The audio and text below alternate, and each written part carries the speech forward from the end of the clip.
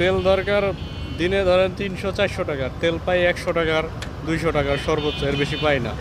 আর লাইনে দাঁড়ায় আছি ধরেন 2-3 ঘন্টা, কাজের ক্ষতি, কোম্পানির চাকরি করি, কোম্পানিকে জবাব দিতে হয় এতক্ষণ কোথায় ছিলেন, এই ধরনের সমস্যা। বেশ অনেকক্ষণ হয়ে গেল, আমরা এখন পর্যন্ত দেখেন অনেক লোক দাঁড়িয়ে আছে, কোনো তেল পাওয়ার কোনো খবর মনে হচ্ছে না। এখন আল্লাহ জানে পাওয়া যাবে কিনা।